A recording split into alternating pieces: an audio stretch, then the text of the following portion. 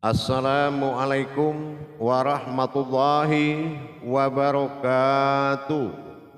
Waalaikumsalam warahmatullahi wabarakatuh. Alhamdulillah, alhamdulillahi rabbil alamin.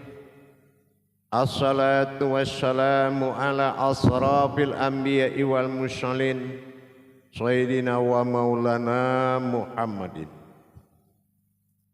Sallallahu alaihi wasallam. Asyhadu an la ilaha illallah wa asyhadu anna Muhammadar Rasulullah. Allahumma sholli ala Sayyidina Muhammadun musyabihil wal ikram ya wal jalila wal ikram wa tahirin wal mujahidina amma ba'du ibadullah wa ittaqullah. Bersyukur kita kepada Allah dengan mengucapkan alhamdulillahi rabbil alamin atas segala limpahan karunia rahmah dan hidayahnya, serta dengan izinnya juga kita dapat menjalankan amanahnya, beramal dan beribadah zahir batin dunia dan akhirat. Bersalam kita tidak akan pernah kita lupakan, marilah sama-sama kita sampaikan kepada junjungan kita Nabi Allah Nabiul Akhirul Zaman Rasulullah Muhammad sallallahu alaihi wasallam. Atasnya kalimahnya kita kalamkan dengan membacakan Allahumma sholli ala Muhammad wa ala ali sayyidina jamaah yang dirahmati Allah rahimakumullah. Insyaallah di dalam kita melaksanakan mujahadah kepada Allah dalam rangka mengembalikan si wujud kepada maujudnya dan kembalikan maujud kepada wujudnya, di dalam rangka kemustaqinan diri kita. Orang yang mustaqin, orang yang melewati masa takwa kepada Allah. Wa taqallahi wa ilmu kumullahi. Tawakal itu membutuhkan ilmu. Tanpa ilmu itu bukan namanya tawakal. Dalam hal ini menetapkan sebuah ketetapan Tuhan bersifat aku pada diri, ini butuh jalan. Menetapkan sifat ketuhanan yang berkodrat aku, kecuali menetapkan asma Allah dalam wujud Tuhan, itu beda. Menetapkan ketuhanan dalam wujud aku itu dibutuhkan cara dan kiat, butuh pedoman pandangan yang sangat kuat. Nah, dari hal ini kita akan belajar bagaimana menterapi diri kita sehingga kita kehilangan aku dan muncul kita. Kita itu apa maksudnya? Aku dan dia disebut kita, bukan kita sendiri, tapi kita itu bukan satu, kita itu lebih daripada satu. Maka dengan demikian kita harus memiliki marwah. Apa marwah ketuhanan? Marwah ketuhanan itu ada yang berupa pandangan. Yang kedua ada yang berupa hayat atau hidup. Yang ketiga ada yang berupa rasa. Nah, pengendalian yang tiga ini menatap kepada si wujud diri. Apa yang diwujud diri? Kita lihat jiwa dan raga Allah yang berdiri di dalam diri. Siapa jiwa dan raga Allah? Kalau dalam pensaksian atau dalam pandangan, kita tidak boleh menyatakan sesuatu kita yang memandang, tapi menghubungkan pandangan apa yang kita lihat, menghubungkan dengan pandangan kita kepada wujudnya Allah adalah diri. Yang kedua, rasa. Rasa ini selalu menjadi tempat kode etik. Kode etik kita sebelum melakukan sesuatu atau sedang melakukan, datang sebuah rasa. Nah, sami'na wa ta'na ini kepada rasa yang harus selalu diwaspadai. Itu yang rasa. Yang ketiga adalah hayat. Apa yang dikatakan hayat? Hidup adalah kodrat yang dikatakan as-sajadah. As-sajadah adalah diri batasan Tuhan. Kalau di luar diri itu namanya kehidupan. Jadi jangan sekali-kali hidup ini masuk ke dalam kehidupan, atau yang gejolak kehidupan masuk ke dalam diri. Ini nggak boleh. Ini namanya mencampur aduk akan yang hak dengan yang batil. Itu nggak boleh. Tetapi diri penghulu adalah kehidupan Allah, tetapi alam adalah kehidupan makhluk, tidak sama dengan kehidupan Allah. Nah, ini juga wajib dipisahkan. Dalam hal ini, dalam berprasangka, dalam hayat dengan jiwa hati sanubari yang paling dalam, mengalah kita, tidak ada lagi keumatan kecuali Dia yang menjadikan kita umat, yaitu kodratnya sendiri. Itu penuh dalam kesadaran. Jadi bukan lagi kita berprasangka umat datang dari sini, Tuhan dari sana. Bukan seperti itu. Dalam kodrat yang satu, ini mengangkut kepada amalan. Jadi kalau kita diamalkan oleh Allah 24 jam dengan kekuatan zat dan kekuatan hayatnya, maka kita amalkan lagi dengan pandangan. Jadi tubuh ini matang di tengah-tengah. Tahu di tengah-tengah, di bawah dimatangkan oleh zat dan hayatnya Allah. Ditaklidkan dan dizikirkan, ditajalikan dengan kalam jantung dan hayat sir, maka matanglah dengan pandangan. Jadi pandangan ini yang mematangkan pekerjaan yang dua tadi, yaitu kodrat kalam Allah pada jantung dan kodrat hayat Allah pada nyawa, yang mengangkat dan selalu menyatakan diri dia, diriku, diriku dan diriku. Ini selalu menjadi hayat kekal dan pandangan yang kekal. Jadi kalau kita, Allah katakan di Al-Quran, janganlah kamu berjalan dengan sombong di muka bumi. Maksudnya siapa? Kamu yang tidak boleh berjalan sombong, melainkan aku yang berjalan dengan sendirinya. Jadi dengan di sini kita semakin memahami, kalau yang dikatakan orang yang tidak menyatakan adanya Dia sebagai sekutu Tuhan, maka dia harus melihat wujudnya adalah wujudnya Allah.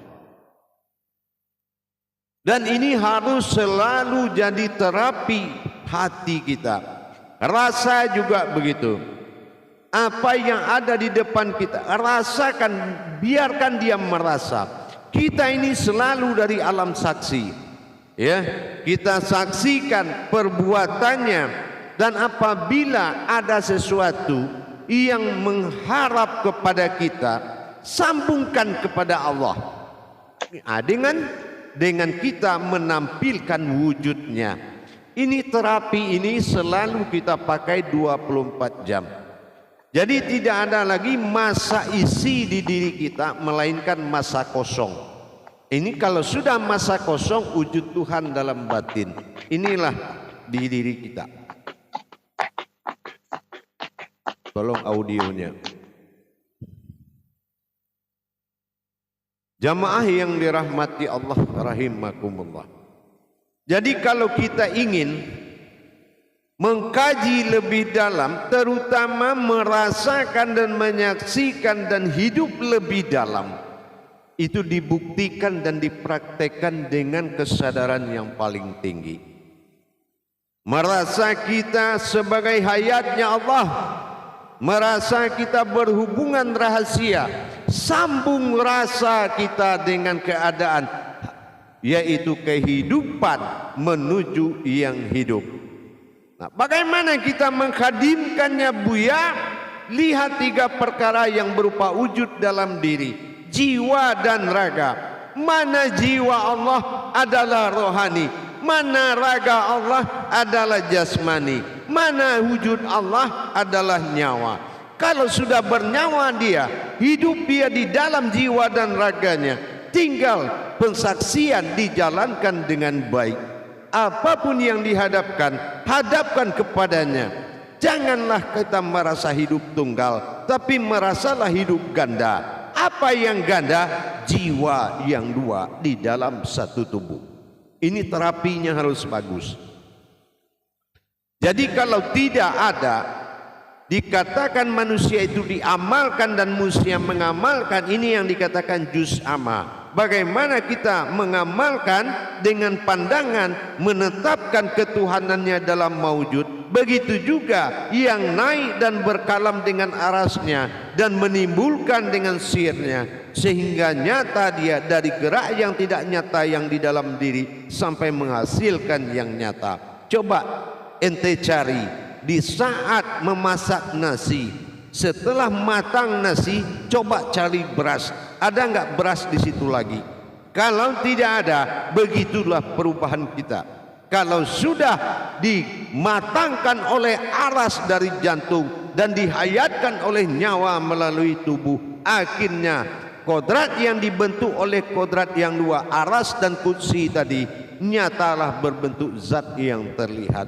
Sehingga berkomunikasilah wujud ini dengan sekalian alam.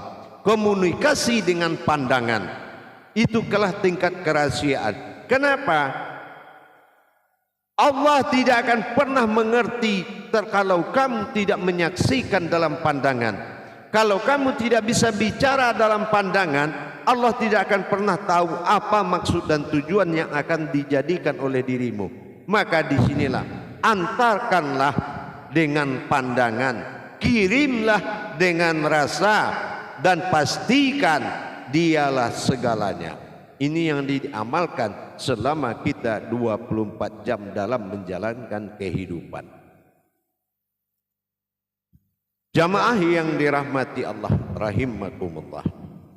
Jadi kalau kita sudah benar-benar mengamalkan seluruh dari ayat yang telah dilebur, maka semuanya menjadi amalan pandangan. Pandangan yang pasti akan melahirkan kodrat, karena kodrat itu berasal dari ayat yang diamalkan. Jadi begitu caranya jemaah. Jangan lagi ketergantungan kepada ayat, karena ayat itu yang akan memisahkan kamu dengan Allah.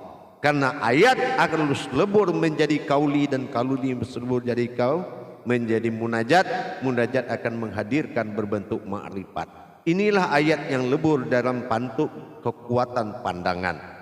Ya, la ilaha illallah boleh dikerjakan dengan pandangan, tetapi harus dipelihara dengan tiga rasa. Kehadiran al maujudnya, la maujudun illallah, dinyatakan oleh tiga perkara di dalam diri kita. Berhubungan, yaitu tetap dengan rasa, tetap dengan hayat, dan matang dalam pandangan. Inilah yang harus yang dimengerti. Kenapa? Innallaha innal insanu masyakinatul wal marido. Semua kejadian datang dari rahasiaku termasuk engkau. Tidak ada yang tahu kecuali dirimu sendiri. Inilah pandangan yang menyembunyikan komunikasi. Berkomunikasi dengan pandangan melalui tiga jalan. Akhirnya kamu berbicara dengan jiwa dan raganya Allah. Jiwa dan raganya Allah. Inilah yang dikatakan zahir, batin yang hayat dalam nyawa.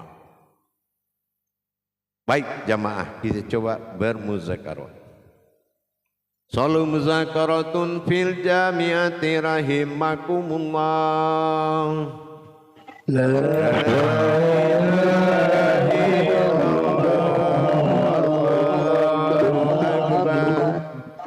silakan juru tablik untuk mengatur muzakarah jamaahnya. Silakan Pak Anas. Assalamualaikum warahmatullahi taala wabarakatuh. Waalaikumsalam warahmatullahi wabarakatuh. Puji syukur kehadirat Allah Subhanahu wa taala. Alhamdulillah, pada malam hari yang berbahagia ini kita dapat sama-sama melaksanakan live grup 5 dan grup 6 dalam rangka untuk grup 5 dan grup 12. Grup 12, mohon maaf, grup 5 dan grup 12 bersama guru kita yang kita cintai, Al-Mukarram Syekh Nur Muhammad Buya Irwan Maulana Al-Khadidi.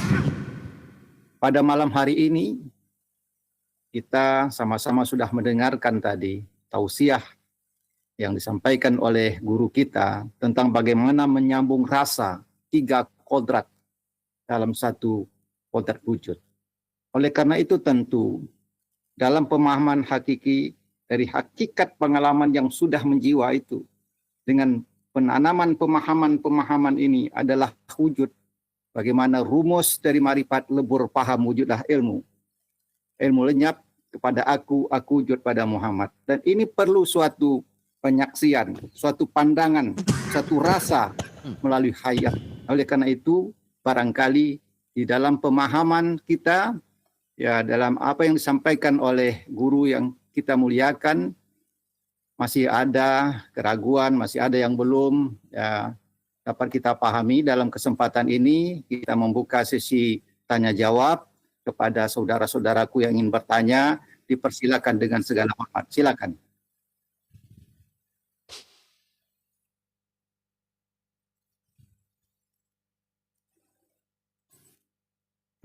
Jadi ya Pak Imam Koswari, silakan Pak Imam Koswari.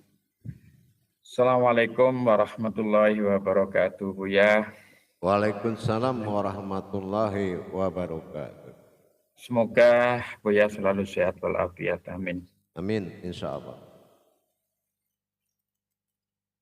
Tadi Buya sudah menyampaikan tausiahnya yang terdiri dari pandangan, rasa, dan hayat. Ada tadi yang Buya sampaikan bahwa kita harus sami'na wa atokna terhadap rasa. Mungkin bisa diuraikan kembali Buya sehingga kami semakin paham yang dimaksud dengan sami'na wa atokna terhadap rasa. Ya. Dikatakan sami'na wa atokna kepada sir atau rasa. Ini adalah makomnya rahasia. Rasa itu kan 2, artinya sir itu artinya rasa dan rahasia. Jadi kalau kita merasa sudah ada hubungan rahasia, ini pasti ketergantungan ada. Ketergantungan apa? Di saat kita mengalami sesuatu kegiatan, karena kita selalu dalam kehidupan wujudnya Allah, pasti kita tidak mau lepas daripada komunikasi. Dan rasa itu adalah komunikasi yang terjadi dan itu sangat nyata. Allah katakan man lam yazud fa'alam yarif.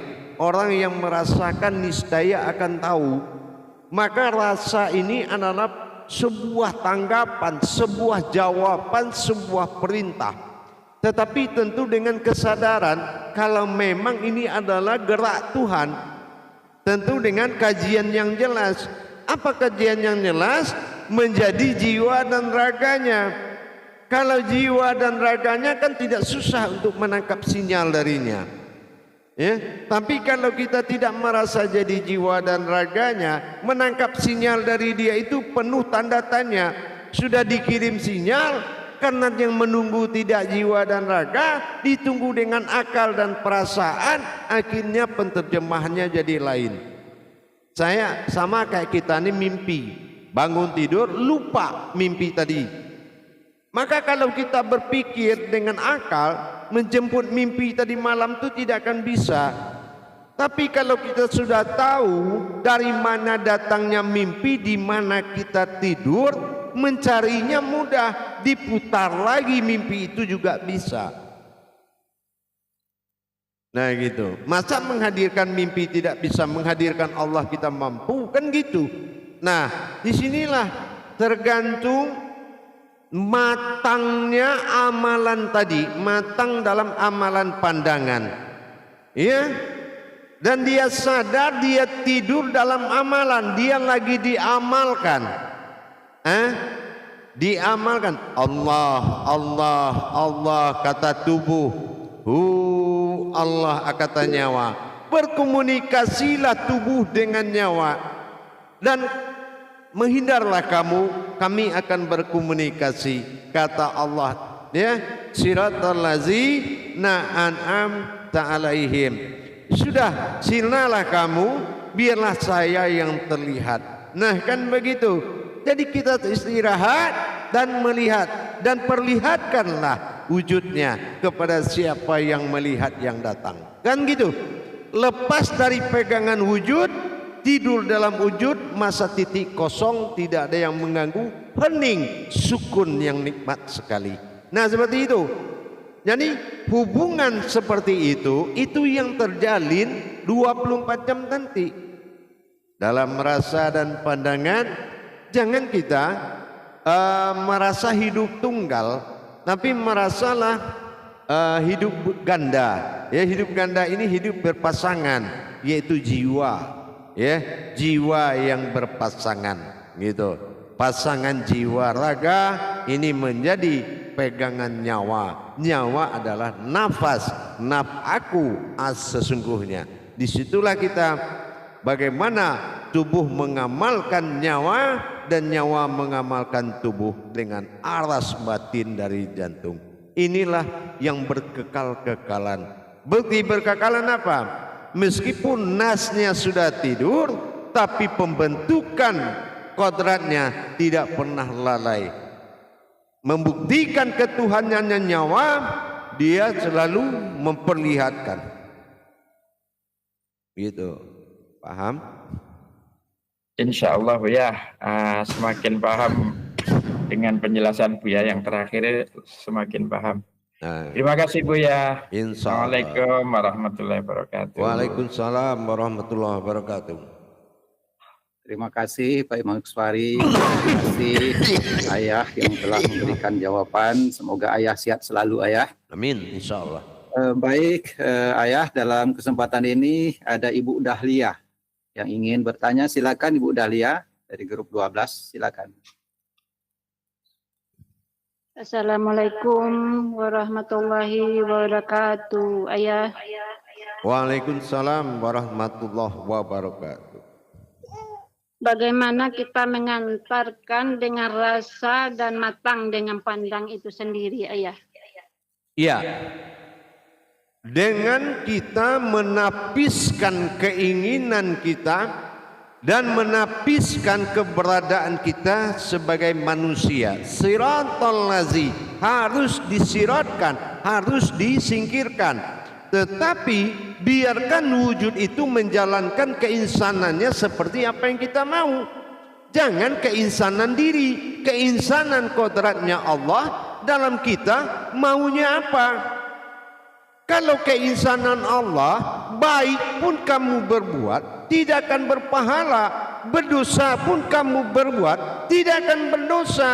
Karena Allah bukan sesuatu yang berpahala atau berdosa. Inilah wujud. Tapi kalau kamu berdiri di amaliyah, perbuatan baik, perbuatan buruk, merasa diri kodrat jasadmu, merasa rohani itu nyawamu, maka hukum amaliyah itu akan ada, akan berdiri. Tapi kalau sudah kembali kepada jiwa dan raganya, dalam arti wujud dan wujudnya, insya Allah perhitungan akan menjadi as-sajadah. Dirimu adalah batasan Allah. Dari kulit ke dalam itu adalah hak dan alamnya Allah. Dari kulit keluar itu adalah kehidupan milik alam dan makhluk. Maka ini terpisah. Nah, itu yang harus dipahami. Pandangan itulah yang harus selalu didirikan. Jangan mencampur adukan antara hidup dengan kehidupan. Paham? Kalau kehidupan milik makhluk, tapi kalau hidup milik Allah. Dan biasakan mentajalikannya ke diri kita. Apapun yang ada di depan kita, tajalikan kepada dia. Dan itu akan dijawabnya dengan rasa. Paham? Insya Allah, Ayah. Baik. Assalamualaikum warahmatullahi wabarakatuh. Waalaikumsalam warahmatullahi wabarakatuh. Silakan. Seterusnya ini ada Pak Budi. Pak Budi, silakan Pak Budi. Terima kasih Bu Dahlia ya atas pertanyaan yang tadi. Sekarang silakan Pak Budi. Terima kasih Juru Tablik. Assalamualaikum warahmatullahi wabarakatuh Buya. Waalaikumsalam warahmatullahi wabarakatuh.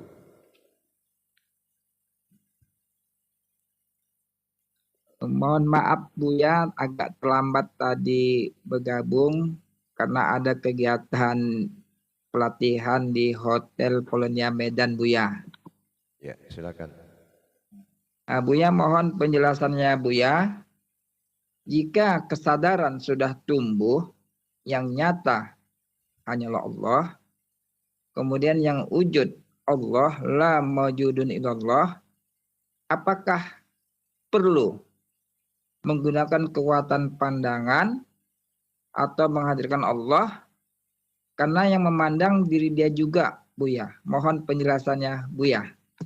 Ya kalau dirinya juga, dirinya keakuannya. Kalau keakuannya itu beda. Kita ini kan dia bertajali pada keumatan. Jadi dalam arti harus ada yang menyaksikan ketuhanannya terjadi.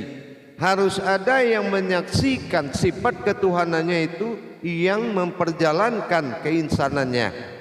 Bukan kita yang menjalankan keinsanan, tapi kita menyaksikan keinsanan tentu dengan adanya sambung rasa. Orang yang menyempurnakan Tuhan, dia tidak akan tahu Tuhan sempurna bagi dirinya. Ya. Nah, padahal dia adalah sebuah kesempurnaan, kelengkapan Tuhan mengaku Tuhan dengan adanya berdiri hamba kepada Tuhan. Jadi tidak ada lagi tajali-tajali yang lain melainkan suatu ketetapan dari pandangan, dari rasa dan dari hidup. Bisakah kita hidup memandang dalam satu kodrat dan merasakan dalam satu kalam atau berbicara dengan rasa?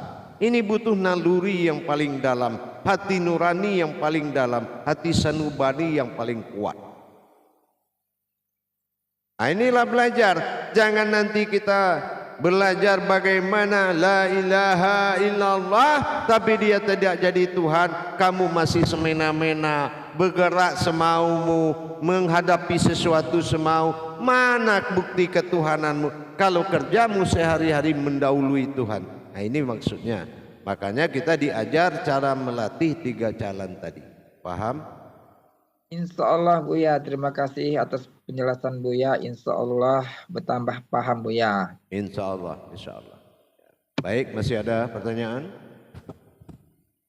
Oke, saudaraku, bagaimana yang lain? Nah, ini ada Pak Siyoko ya. Silakan Pak Siyoko untuk memberikan pertanyaannya. Assalamualaikum warahmatullahi wabarakatuh, Buya. Waalaikumsalam warahmatullahi wabarakatuh. Semoga Buya selalu sehat. Insya Allah. Amin. Pertanyaan Buya, untuk dalam kehidupan istilah sambung rasa berarti selalu membimbing kita ya Buya.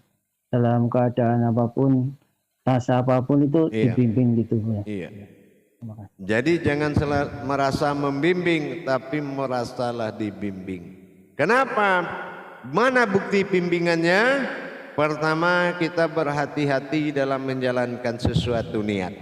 Yang kedua, membuat kita selalu punya andalan, apa-apa tinggal kontak rasa.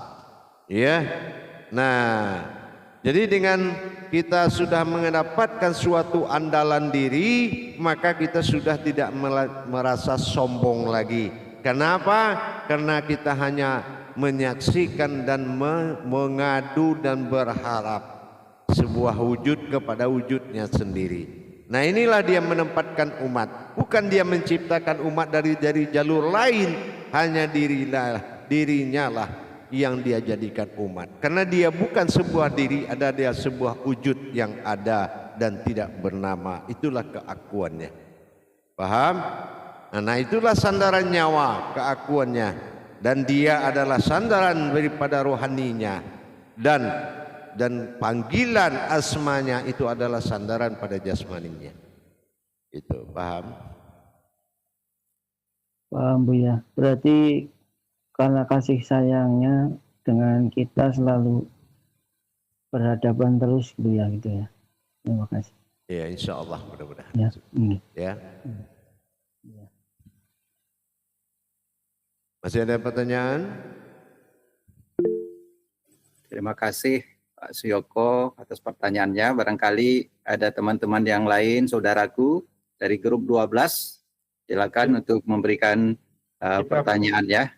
Abdurrahman tuh Pak. Ya, untuk ya Pak Abdurrahman, silakan Pak Abdurrahman untuk memberikan Ya, pertanyaan. terima kasih Juru Tablik. Assalamualaikum warahmatullahi wabarakatuh, Buya. Waalaikumsalam warahmatullahi wabarakatuh.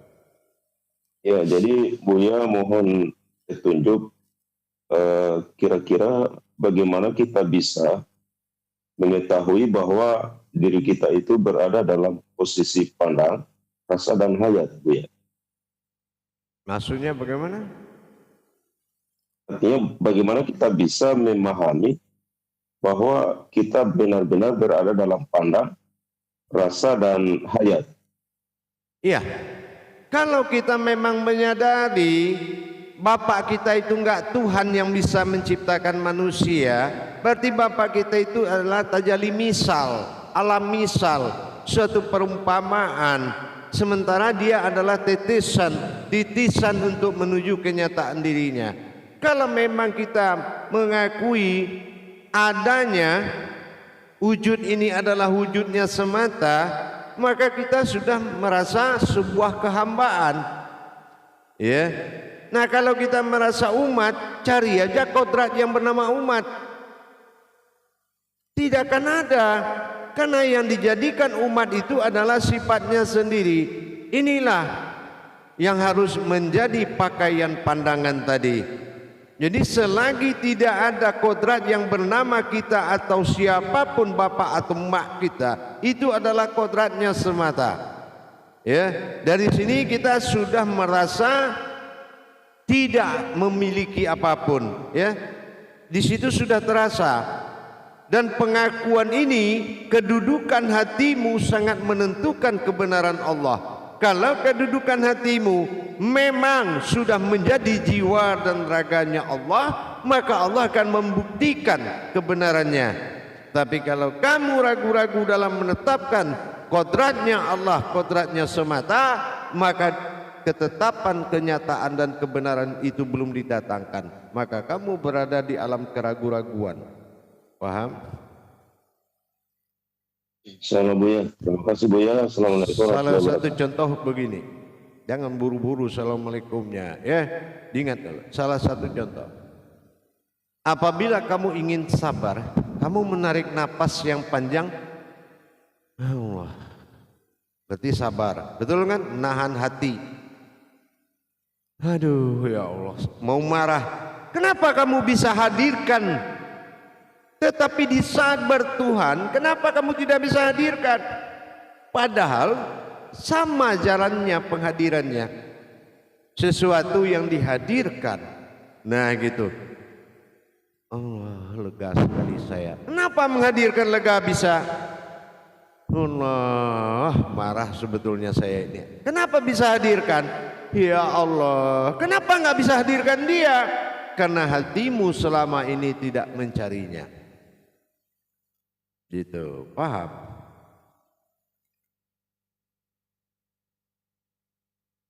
Ya gitu ya. Jadi ini yang saya sampaikan selama ini. Kalaupun kita ingin marah, kita nggak perlu pinjam wajah orang, betul? Tidak perlu. Kalau kita ingin ketawa, nggak perlu pinjam wajah orang. Kalau ingin bertuhan, nggak perlu panggil sesuatu. Kalau ingin menjadi umat, nggak perlu panggil sesuatu. Datangkanlah Maliki Yaumiddin, tajalikanlah aku. Din, tajalikan aku. Malik itu dinamakan kebangkitannya. Paham? Salam Buya. Baik jamaah. Masih ada pertanyaan? Baik Ayah, mungkin saya sedikit bertanya Ayah. Iya, silakan. Artinya apa yang telah Ayah kalamkan tadi, dalam kita mentajalikan Allah itu, memang kita harus memiliki 3 kontrol itu tadi Ayah. Iya, Yaitu betul. rasa, ya itu Ayah ya. Iya. Nah kemudian bagaimana ini Ayah, dalam kehidupan kita sehari-hari, kita juga berhadapan dengan kehidupan ya manusia lainnya. Nah, dalam pandangan kita terhadap manusia lainnya itu seperti apa Ayah? Seperti itu tadi. kita tinggal sambungkan dengan pandangan kita semua kehidupan kita. Alhamdulillahi wal kulihal, bawalah aku setiap langkah dan hidupmu, langkah dan masalah, langkah dan urusan. Hanya orang fasik yang meletakkan Tuhan di sebuah istana besar dan menjadikan Tuhan dewa. Itu hanya orang fasik. Ya. Kalau Islam agamanya bukan sembahan, agamanya adalah kodrat. Di mana wujudnya ada, di situ dia maujud. Itu Islam. Wa huwa ma'akum aina ma kuntum. Paham?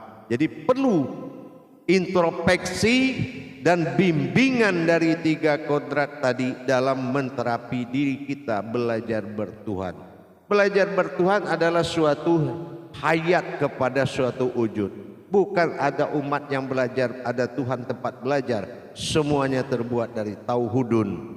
Ya, terbuat dari tauhudun. Beda dengan tauhidin. Kalau tauhidin sudah dizohirkan kepada wujud Tuhan dan dibatinkan wujud Muhammad. Zohiru Robi wal batinu abi. Beda.